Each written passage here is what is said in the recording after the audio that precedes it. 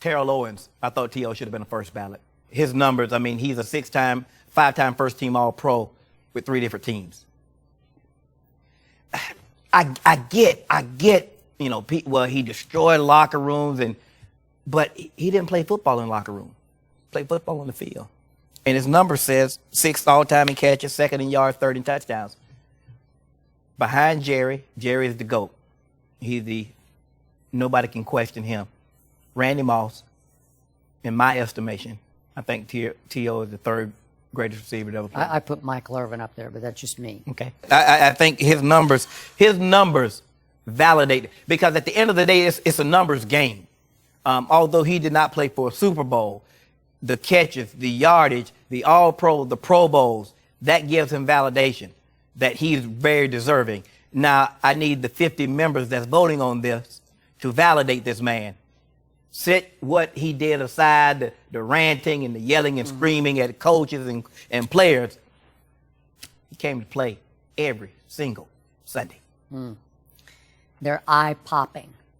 But I'm going to strongly suggest to you, a Hall of Famer, you're letting those numbers blind you and distract you from what he did to 3 big football teams, 3 really good football teams. He wrecked all 3 of them, to the point, to me, that not only was he not a first ballot Hall of Famer, I'm to the point he's a no ballot Hall of Famer. Skip, stop playing. Listen, Stop playing. Let me make my case, and I have made this eye to eye with Mr. Owens. We have sat across from each other a number of times, and we hope to have him sit right here, I don't know, maybe next week, next couple of weeks, and I'll do it again if we choose to do it again, because I believe it with all my heart and soul. Terrell Owens, I called Team Obliterator for a reason. T.O., Team Obliterator, because he didn't just wreck 1 or 2 football teams, 3 in a row he wrecked. And along the way, he verbally attacked each of his head coaches, 3 of them, each of his coordinators, all 3 of them, and each of his quarterbacks, except for Tony Romo, 2 down to my quarterback. Tony Romo. But the first 2, okay, I got you. But along the way, he also led the league in finger pointing and blame deflecting and literally in ball dropping. I can show you the numbers. 2 or 3 times he led in ball dropping. I was there in San Francisco, covered the team when he was a 49er. That was a really good Steve Mariucci team, my first year there in San Francisco, and he led the league in drop passes. And against their arch rival then, the St. Louis Rams, Kurt Warner, he dropped a whole bunch of balls in those key games, both home and away, that year. And as you well remember, he started to attack Steve Mariucci and verbally accused him after a game in Chicago of throwing a game to his good friend Dick Geron. Then he started to go after Jeff Garcia, both professionally and personally, if you recall. I do. And would campaign for Tim Rattay to replace Jeff Garcia as the quarterback.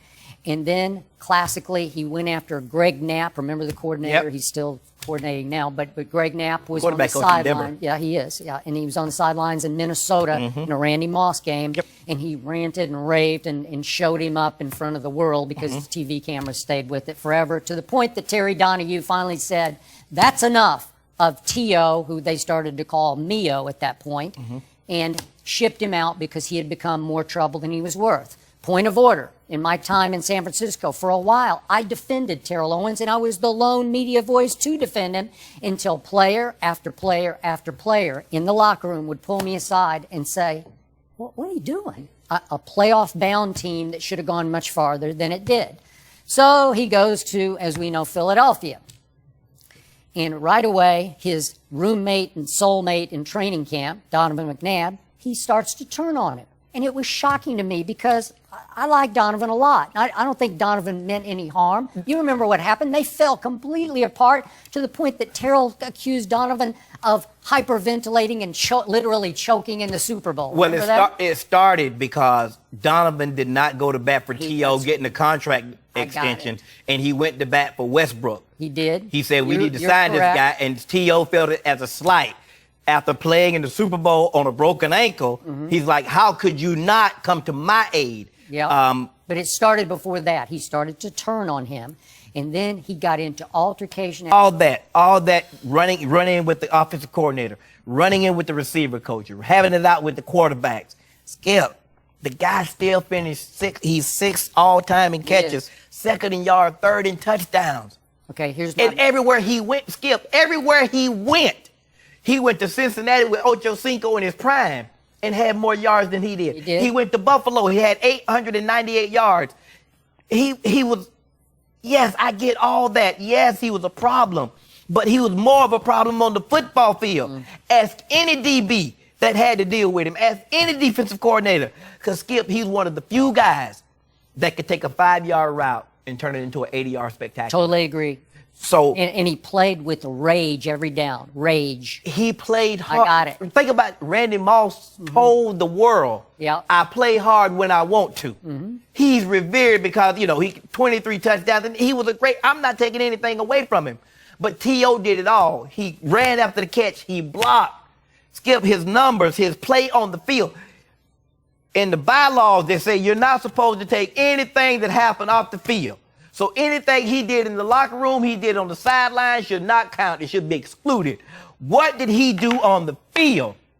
What he did on the field speaks volumes. That man should have been a first ballot Hall of Famer. So if he's not a first ballot, he should be second. Now don't make the man make the man wait 3-4 times. You know what, Skip? If this man's not a Hall of Famer, I need to come out. Shannon Sharpe, Hall of Famer. Skip, Terrell Owens, not. 5 first-team All-Pro on 3 End of different story. teams. Come on. That's a bold statement. No, that's because it's not. Look, I used to think I knew what a Hall of Famer. I tell you what, ask the players. Ask the players about T.O. Ask any defensive player. Okay, every locker room got split right down the middle because half the locker room would love him and idolize him. Ask the guys that played against him. That's how you determine what a guy's worth. Yeah, but they weren't in his locker room watching him destroy their team. He was destroying them once he got to the field.